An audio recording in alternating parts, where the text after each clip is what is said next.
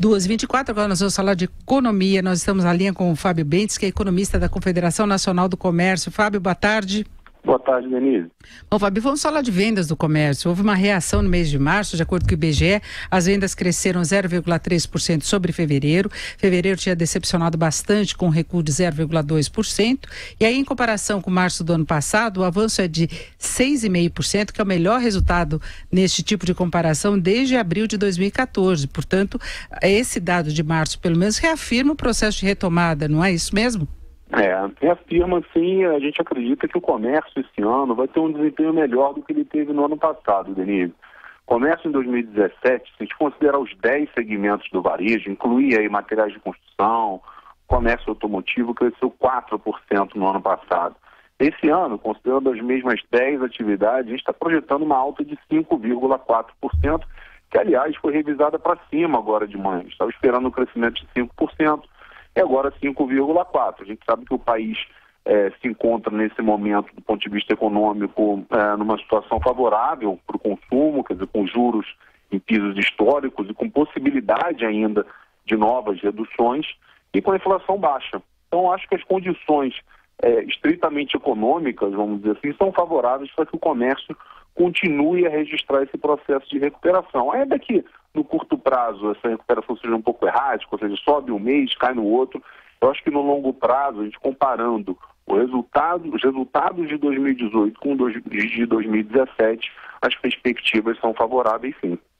Porque houve uma decepção mesmo, mês de fevereiro, começo do ano de modo geral, então se imaginava até que poderia haver uma lentidão maior nesse processo a partir de agora, mas o dado de março, ele muda um pouquinho o cenário, só que já perdeu o terreno no começo do ano, né, em relação às projeções. Como se começasse a corrida um pouco antes da linha de largada, tem que recuperar esse espaço perdido no primeiro bimestre. Eu destacaria nesse processo de recuperação do varejo no curto prazo, dois segmentos importantes. O comércio automotivo teve uma alta de 2,9% em relação a fevereiro, 2,9%. E o setor de combustíveis e lubrificantes, que vinha sofrendo, vamos dizer assim, com os reajustes de preço da Petrobras, conseguiu interromper uma sequência de 4 meses de quedas. Os preços nos combustíveis estavam subindo em média 2,5% ao mês.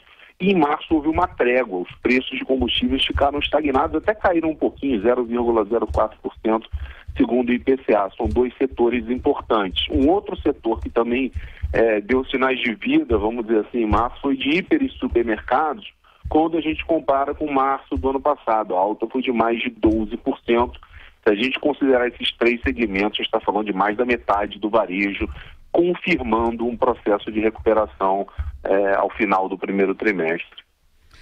Fábio, agora tem ainda problemas relacionados ao desemprego. Há pouco nós falávamos dessa questão de o governo querer fazer um balanço positivo dos primeiros 2 anos, mas ele tem de lidar com dificuldades como desemprego, que é o fator que atrapalha um desempenho melhor do consumo. Tem a questão dos juros de varejo, que a gente tem batido muito nessa história, porque ficou muito evidente a partir dos cortes da taxa básica de juros que a gente tem alguma coisa de muito errado na estrutura de formação das taxas aqui no Brasil, que impede uma queda para valer das taxas cobradas dos consumidores e das empresas, não é? Então são pontos aí que pegam muito e independentemente de recuperação da economia, isso faz com que haja uma insatisfação meio geral, né? O comércio, ele tenta se recuperar, mas o freio de mão está puxado.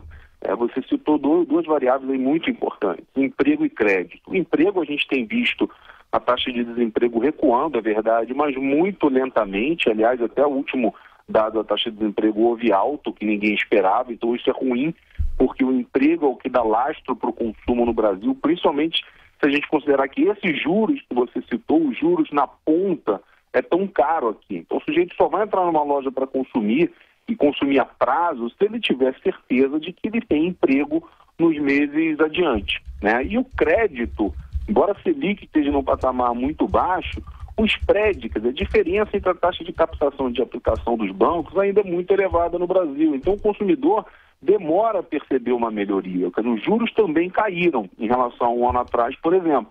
Mas no cálculo de uma prestação para compra de um eletrodoméstico, de um automóvel, a diferença ainda é muito pequena, ainda é muito caro consumir a prazo no Brasil. Então existe uma melhoria conjuntural, uma melhora de curto prazo, a despeito do dólar aí, que pode criar complicações nos próximos meses, mas existem problemas estruturais que precisam ser atacados. A taxa de juros Selic é 6,5% ou a 6,25%, como se espera na próxima reunião do Copom, precisa ter como contrapartida uma queda mais contundente nas taxas reais, para que o comércio, o consumidor, em última instância, perceba condições mais favoráveis para consumir, principalmente a prazo.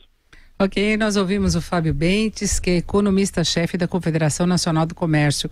Fábio, muito obrigado, uma boa tarde. Obrigado, boa tarde para você e para os ouvintes, Denise. Bom, e o Fábio estava citando há pouco o problema do dólar, né, que é um problema que pode atrapalhar também a economia brasileira, pesa nos preços de importados até que entram na fabricação de produtos nacionais, e o dólar voltou a subir hoje, alta de 1,36%, cotação de venda do comercial em R$ 13,595, portanto ameaça bater lá de novo nos 3,60, que seria aí uma barreira psicológica, mais uma, porque começou com os 3,40, depois os 3,45, 3,50, 55, agora a gente já ameaça chegar aos 3,60. E hoje a Bolsa cai, ontem ela teve um desempenho bastante positivo, vários dias, aliás, de alta.